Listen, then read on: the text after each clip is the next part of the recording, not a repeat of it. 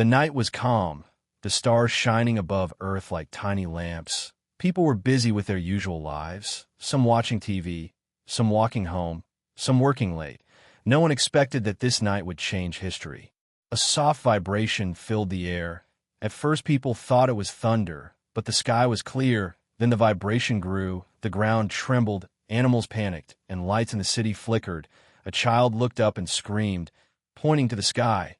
Above, something massive blocked the stars. It was not one ship, but many, their dark shapes moving silently. Each one was large enough to cover a stadium. They hovered with eerie precision. No sound of engines, no roar, only silence. Humanity had seen UFO stories before, but this was no story. This was real. Suddenly, beams of white light shot down. They were not like normal light. They were solid, pulling people upward. Cars stopped. Drivers vanished. Houses shook as walls broke apart. In seconds, thousands were lifted into the sky. The screams echoed, but there was no escape. Among them was Daniel, a young scientist. He had been working late in his small lab, studying energy fields. When the lights came, his papers scattered, his computer shut down. Before he could run, he was caught by the beam. His body froze as if chained. His last memory of Earth was the face of his sister, crying outside the window. Inside the beam, Daniel could not breathe. Yet somehow he lived. His eyes saw flashes of blue and silver.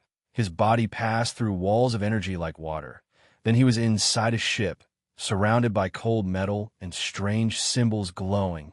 All around him were others, men, women, children, all pulled into the same nightmare. They were thrown into a vast hall, the walls high like mountains. The air was heavy, machines hummed, and strange creatures watched from above.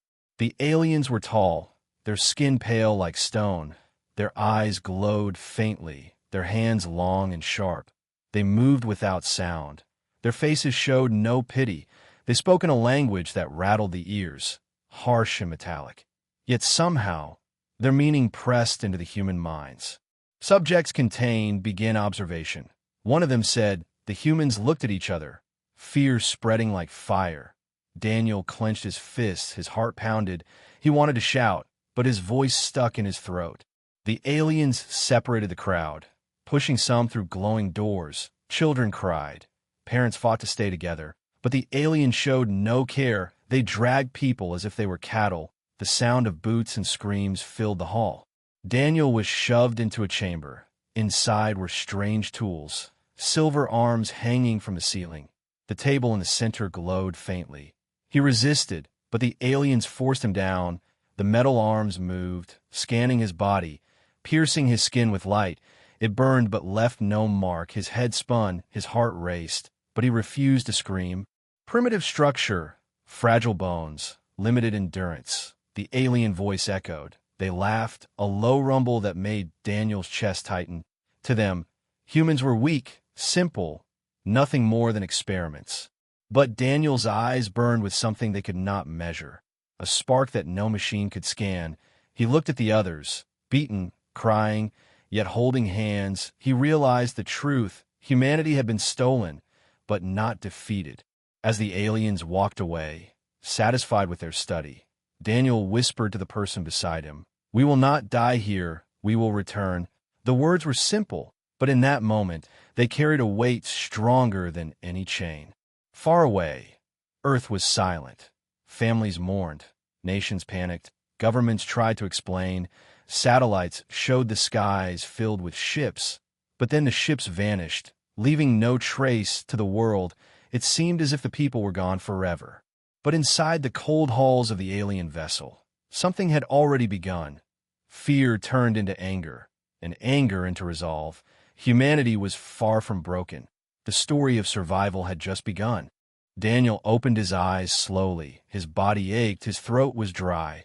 Around him stretched a room not built for humans.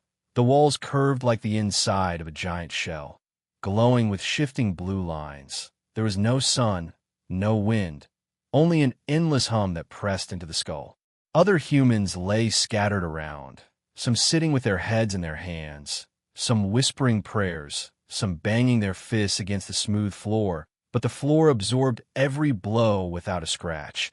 It was as if the ship itself was alive. Daniel rose to his feet, his lab coat torn, his mind foggy. He searched for familiar faces, but all he found were strangers. Yet in their eyes he saw the same fear, the same disbelief. How could this be real? How could the stars that once inspired hope now hold them captive? A door of liquid light opened. Aliens stepped through, their movements sharp and fluid. They carried no weapons, yet their presence was heavier than iron. Their voices were like blades scraping metal. They spoke words humans could not understand, but the meaning stabbed straight into their minds. "You are subjects," the alien voice rang. "You will serve our study." They pointed long fingers toward a group. Instantly beams wrapped around them, lifting them like dolls. Their screams echoed as they vanished through the glowing door. Silence fell. Only the hum of the ship remained. Daniel clenched his fists. The scientist in him wanted to understand this technology, but the human in him wanted to fight. He remembered the laughter of the aliens in the chamber, the way they dismissed humans as weak. He burned with rage. An older man crawled toward him, his eyes bloodshot but steady.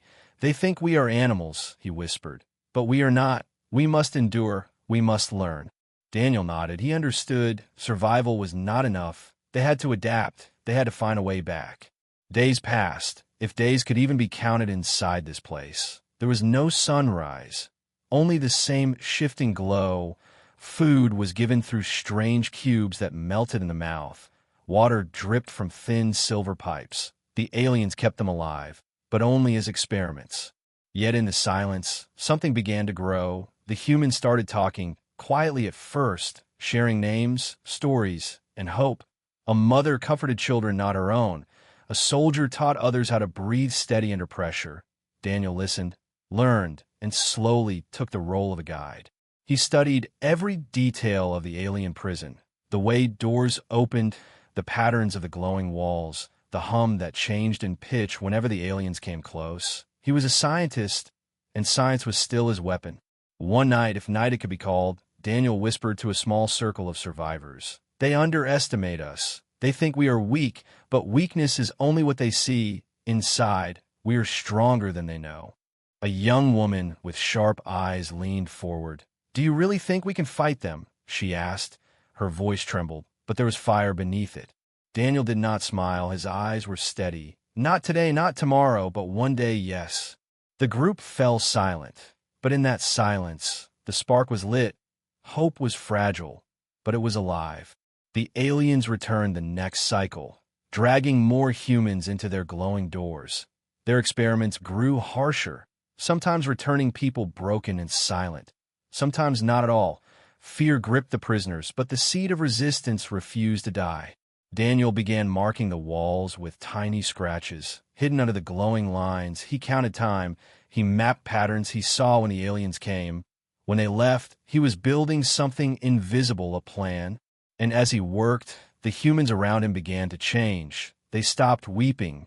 They started watching, listening, sharing signals with their eyes. What had begun as chaos was becoming order. A quiet unity formed in the shadows of despair. The aliens did not see it. To them, humans were just fragile bodies, numbers in an endless experiment. But what they missed was the soul, the stubborn refusal to break. Daniel looked at the group one night. He saw faces tired, but burning with quiet rage. He felt the hum of the ship under his feet, and he whispered words not for comfort, but for truth. "They took us from Earth," he said, "but they cannot take Earth from us. We will carry it inside, and one day we will rise."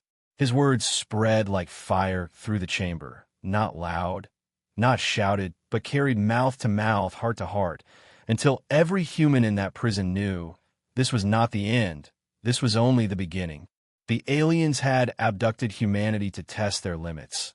But in doing so, they had unknowingly forged something far more dangerous. A unity born in chains, a strength built in the dark. Humanity was not broken. Humanity was sharpening. Humanity was waiting. And when the moment came, the galaxy itself would tremble. The alien ship drifted silently across the stars. To the outside, it looked like a perfect prison, but inside something invisible was taking root. Daniel sat against the glowing wall, his eyes half closed. His mind replayed every detail he had seen since capture. The patterns of the lights, the rhythm of the hum, the way the aliens moved. Every sound became a clue, every shadow a piece of a puzzle. Around him, the humans were no longer only frightened captives. They had begun to watch as he did.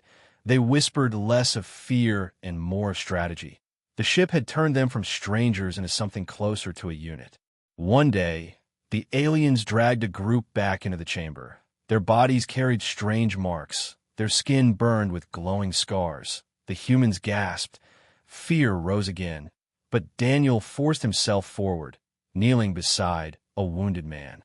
"What did they do to you?" he asked. The man's voice cracked. "They test our limits. They push us until we break." His eyes filled with pain, but I did not give them the scream they wanted. That sentence spread like fire. Not giving the scream became a symbol, a quiet act of defiance. Humanity had no weapons, no armies here, but they had their will, and that will was starting to grow sharper. A young woman named Sarah, the one with sharp eyes, began training others to breathe steady, to control panic. She had once been an athlete, and now she taught the rhythm of endurance. A soldier named Malik showed them how to stand, how to hold their weight, even when pushed down. Daniel gathered knowledge. Sarah built strength. Malik built discipline. Piece by piece, the humans were changing. The aliens still saw them as fragile, but the prisoners were becoming something else. Late in the cycle, when the chamber was quiet, Daniel drew lines with his finger on the floor. "We have no weapons, but we have numbers," he whispered. "If we move together, we can overwhelm them." Even for a moment. Some doubted. Some shook their heads. "They are too strong. Their power is beyond ours," one man said, but Sarah leaned closer, her eyes hard. "Power means nothing if they cannot see the strike coming." The seed was planted. The idea of resistance, once unthinkable, was now alive. The first test came sooner than expected. The aliens stormed in, pulling children toward the glowing door. Their parents cried, begging. The aliens did not listen, but this time, something different happened. The humans moved, not as a mob, but as one. They pulled the children back, shielding them with their bodies. The aliens struck them down with beams of light. But the message was clear. Humanity was no longer frozen, no longer silent. They would resist, even if it meant pain. Daniel's ribs ached from the blow, but he smiled through the pain. For the first time, the aliens had looked surprised. Their stone faces had cracked for a moment. That moment was everything. It meant the enemy could be shocked, and what could be shocked could one day be defeated. Days turned into cycles, and the humans became bolder. They shared secret signs, tapping fingers against the floor to signal, nodding heads in rhythm. The chamber became less a cage and more training ground. The aliens did not notice, or perhaps they thought it meaningless. Their arrogance blinded them. They measured bones and blood, but they did not measure unity. They studied pain, but they did not see resolve. Daniel whispered one night to his circle, "They believe we are weak. That belief is our weapon. They will not guard against what they cannot imagine." The humans nodded, faces lit by the faint blue glow. Sarah clenched her fists. Malik's eyes burned like fire. They were no longer just captives. They were soldiers in waiting. And beyond the chamber walls, the galaxy turned silent, unaware that inside this prison of force was forming, a force that would soon test its chains. The aliens had sought to break humanity, but instead they had planted the seeds of something far stronger. A rebellion was not yet born, but it was breathing, and once it took its first step, the stars themselves would feel its echo. The chamber was restless. The humans had grown sharper, stronger, more united. Yet all their strength meant nothing if they remained trapped inside glowing walls. The time had come to test their will against the impossible. Daniel studied the rhythm of the guards. He noticed the exact cycle when the aliens opened the door. He noticed the way their glowing beams flickered for a fraction of a second before locking onto a body. It was a tiny weakness, but in weakness there was hope. One night, Daniel whispered to Sarah and Malik, "Tomorrow, we strike." His words were soft, but they carried a storm inside them. When the glowing door opened, the aliens marched in as usual. their pale faces calm, their long fingers ready to drag new subjects away. But the humans did not cower this time. They stood, silent, shoulders squared. Malik gave the signal. 3 sharp taps against the floor. In a burst, the humans surged forward. Dozens of bodies moved together, hands grasping, voices shouting. For the first time, the prison echoed, not with fear, but with defiance. They grabbed the alien closest, pulling him down. His body was strong, but not invincible. Sarah struck with all her weight. Others piled on. The alien hissed, his glowing eyes flashing. For one breath, victory seemed real. Then the retaliation came. The walls lit up with burning light. Beams lashed across the chamber, knocking humans off their feet. The air filled with the smell of scorched skin. Screams rang. People fell. The rebellion was crushed in moments. Daniel's chest burned, his vision blurred. He crawled across the floor, reaching for a fallen child. The aliens stood over them, cold and unshaken. Their voices echoed like knives. Primitive defiance detected, correction applied. They dragged away the injured, leaving silence behind. The chamber smelled of fear and blood. Humanity had gambled and lost. For a long time, no one spoke, heads bowed, eyes wet. The spark of rebellion seemed to flicker. The cost had been heavy, too heavy. Some whispered that resistance was useless, that the aliens were gods, untouchable. But Daniel's voice broke the silence, hoarse yet unbroken. "We failed today," he said, "but we failed together, and that is our strength." His words cut through the despair. Sarah, her face bruised, lifted her chin. "They can burn us, but they cannot erase what we've learned." Malik's hands trembled, but he nodded. "Next time, we strike smarter, not harder." A mother in the corner cradled her child and whispered, "We are still here." The chamber changed once more. The humans did not cry. They did not beg. Instead, they healed. They whispered strategies. They studied every detail with sharper eyes. The failure had not broken them. It had forged them. Daniel marked new scratches into the wall. "This is not the end," he whispered. "This is only the first break." The aliens watched from their towers, amused. They believed the rebellion had been crushed forever. To them, humans were just desperate animals, but they did not see the truth. They had awakened something dangerous. Because every blow that fell on humanity did not destroy it. It tempered it, like fire-hardened steel, and steel, once forged, cannot be bent easily. The galaxy beyond still slept in silence, unaware that inside the alien prison, humanity had taken its first step. It was a step of pain, a step of blood, but it was a step forward. The first break had failed, but it had also proved a terrifying truth. Humans were not afraid to fight, not afraid to die, and that made them more dangerous than the aliens could ever imagine. The chamber was quiet, but the silence was no longer hollow. It was the silence of thought, of planning, of patience. Humanity had tasted defeat, but defeat had sharpened them instead of breaking them. Daniel lay on the floor, staring at the glowing ceiling. He replayed every moment of the failed rebellion. The flicker of the alien beams, the sound of the walls humming louder just before they fired. He saw not only their strength, but also the patterns of their weakness. "Every machine has a flaw," he whispered to Sarah. She leaned closer, her face still bruised from the last battle. "What flaw did you see?" she asked. Daniel's lips curled. "They rely on rhythm. Their beams have a breath, just a fraction of delay. That is our window." Sarah's eyes lit with fire. "Then we train for that delay," she said. Malik joined them, his heavy frame marked with scars. "Their arrogance blinds them," he muttered. "They do not guard against what they think is impossible." He clenched his fists. "That will be our weapon." The humans began to watch more carefully. Every movement of the aliens, every hum the walls, every flicker of light became data. Daniel taught them to see like scientists. Sarah trained them to move like athletes. Malik drilled them to stand like soldiers. Piece by piece, the broken captives were turning into something new. One night, when the ship was silent, Daniel gathered a small group. "We will not attack with rage again," he said. "We will strike with knowledge." He pointed to the scratches on the wall.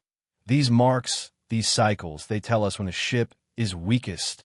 The group leaned in, eyes shining in the blue glow. A child whispered, "You mean we can win?" Daniel did not smile, but his eyes burned. "Yes, but not yet. We must be patient, and patience is the sharpest blade." The aliens noticed the humans had grown quieter, more orderly. They believed the failed rebellion had broken their spirits. Their reports spoke of submission, of docile behavior. They did not see that silence had become a cover for training. Sarah taught the others how to drop low in the flicker of a beam, how to roll aside in the instant of delay. Malik drilled them to move in lines, to shield one another. The weak were placed behind, the strong at the front. No one was left alone. They became a unit. Daniel studied the alien machines whenever they were dragged for tests. He memorized the patterns on the glowing panels. He traced the hum in the walls. He even forced himself to touch the strange energy that buzzed through the air. Every shock of pain was stored in his mind as knowledge. Weeks passed in this hidden training. The humans grew leaner, harder, sharper. Their eyes no longer looked like victims, they looked like survivors. Then came the moment that changed everything.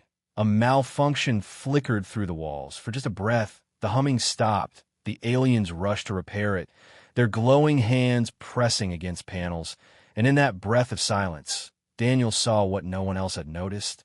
The ship was alive, not in flesh, but in power. It was a machine that breathed. When the hum stopped, it weakened. He whispered this truth to Sarah and Malik. The ship itself can be wounded. That revelation spread like wildfire. The prison was no longer invincible. It was only a beast, and beasts could be slain. The humans began to plan with new energy.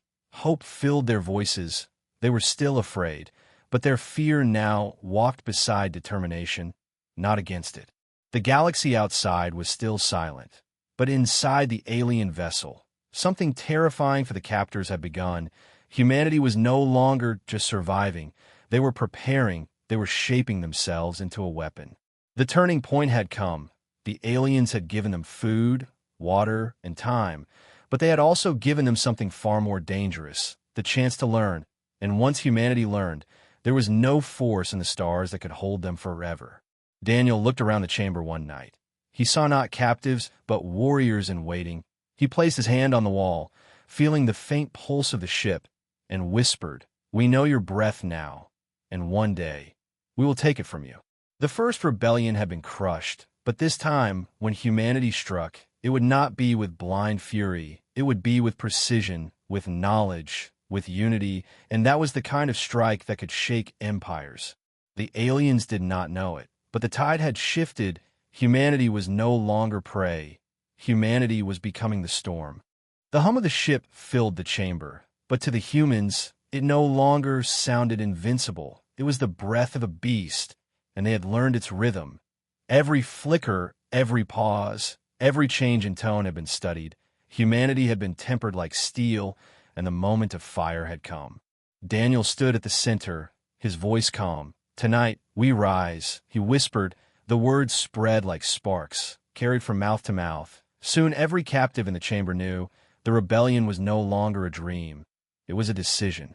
The glowing door opened. As it always did, aliens stepped through, their pale eyes cold. Their long fingers reached to select new test subjects, but this time the humans did not wait. Malik moved first, his body launching forward like a hammer. He tackled the nearest alien. Holding him down, Sarah struck with brutal precision. Others piled on. The alien hissed. Beams flickered from his hands, but the humans moved as one, rolling and ducking with the rhythm they had trained for. The chamber erupted, screams, shouts, and the clash of bodies filled the air. The aliens fired their beams, but for the first time, humans dodged them, slipping into the fraction of delay. It was not perfect, some fell, but the others kept moving, lifting their fallen, covering their weak.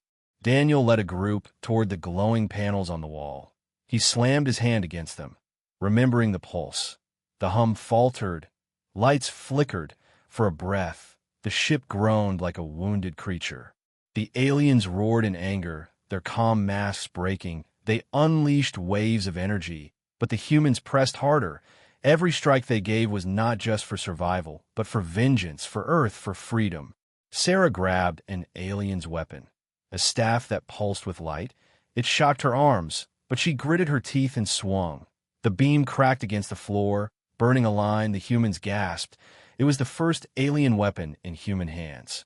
She lifted it high, shouting, "We fight, and we take what is theirs." The chamber thundered with voices. Humans who once wept in silence now roared like warriors. The battle spread. Corridors once empty now rang with the sounds of rebellion. Humans poured out of the chambers, swarming the guards, stealing weapons, learning in seconds what the aliens had taken centuries to build. Daniel's mind burned with focus. Break the rhythm of the ship, he ordered. Hit its breath. Wound it where it hums. His group struck the panels again and again. Lights shattered. The hum faltered. The beast was choking. The aliens fought with fury, but for every human that fell, two more rose. They had nothing to lose, and that made them unstoppable. Fear no longer chained them. Instead, it fueled them. Malik lifted a broken piece of metal, wielding it like a blade. He cut into an alien's arm, dark fluid spraying. The alien shrieked, its glowing eyes dimming. For the first time, the captors bled, and humanity saw they could fall. Hope became fire. The rebellion was no longer hidden whispers. It was thunder in the halls. Daniel pressed his back to the wall, his chest heaving.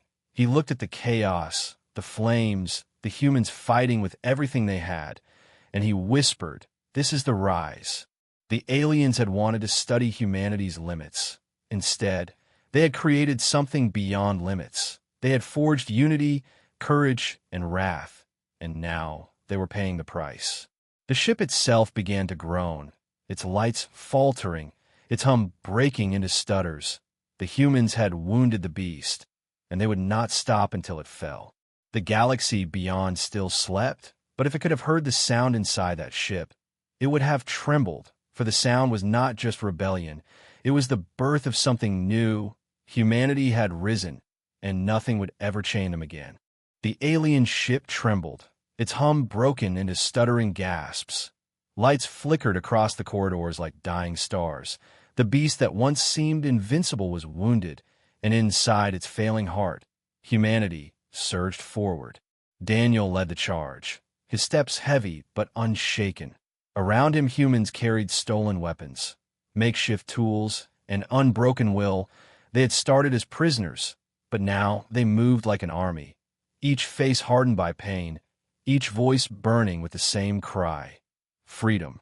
The aliens fought to regain control. Their pale eyes glowed with fury. Beams of energy lashed the air. But the humans no longer scattered in fear. They ducked, rolled, struck back with alien staffs and stolen beams. Their movements sharp, trained, precise. The delay in the alien weapons, once unnoticed, now became their downfall. Sarah swung her captured staff, striking an alien across the chest. The creature fell, its glow fading. She lifted the weapon high and roared. The humans behind her roared too. Their voices shook the corridors, louder than the hum of the ship, louder than the commands of the aliens. Malik smashed through a door with a piece of broken panel. Behind it stretched a massive chamber filled with ships, sleek and silver. Each one hummed with power, built for the stars. He turned to Daniel, his eyes blazing. "Here is our way home." Daniel's chest tightened. The sight was more than machines. It was a promise. "Then we take them," he said. The humans swarmed into the hangar. Aliens rushed to stop them. But the tide had turned. Every weapon the captors carried was now turned against them. Every weakness they had hidden was now exposed. The humans fought with the desperation of the dying, but also with the fire of the reborn. Daniel and Sarah led a group toward the nearest ship. Its doors glowed with alien symbols. Daniel pressed his hand against the panel. His mind raced, remembering every hum, every flicker. He found the rhythm, the pulse of the beast, and twisted it. The doors hissed open. Inside, the ship was alive with light, strange controls pulsing like veins. The humans hesitated, but Daniel stepped forward. His fingers brushed the panels. Shocks bit his skin, but he did not stop. "Every machine has a flaw," he whispered, "and every machine can be learned." The ship responded, slowly, painfully, but it responded. The hum shifted, the lights steadied, the humans gasped. They had done it. Aliens poured into the hangar, their voices sharp with rage. But it was too late. Engines roared, human hands gripping alien controls. Sarah stood at the doorway, staff in hand, holding back attackers while Malik pulled others aboard. Daniel shouted, "Now, all of you now!" The ship lifted, trembling at first, then steady. It tore free from the hangar floor, flames bursting around it. The other humans followed, rushing onto more ships. The hangar blazed with stolen engines. The prison that once caged humanity was now their fleet. The aliens screamed as the vessels broke free. The stars outside opened like an ocean. Humanity soared into it, no longer bound, no longer silent. Earth waited far away. Nations mourned, families prayed. They believed their people were lost forever. But one night, the sky above Earth split with fire. Streaks of light crossed the heavens. Ships unlike anything seen before descended, and from them stepped the lost, not as victims, but as victors. Crowds wept. Leaders fell to their knees. The abducted had returned, stronger than when they left. They carried not only the scars of suffering, but the knowledge of survival, the fire of unity, the strength of warriors. Daniel stood before the gathered masses, his clothes torn, his eyes fierce. "They took us to break us," he said, his voice echoing across the silence. "But they only made us stronger. Humanity will never bow. Humanity will never be chained. From this day forward, the stars are ours too." The crowd roared, their voices rising to the heavens. It was not only celebration, it was a promise. Far beyond Earth, across the galaxy, whispers began to spread. Aliens who once mocked humans now trembled, for the story of the captives who rose in chains had become legend. A legend that promised humanity would never again be prey. Humanity had returned to the stars, and the galaxy would never be the same.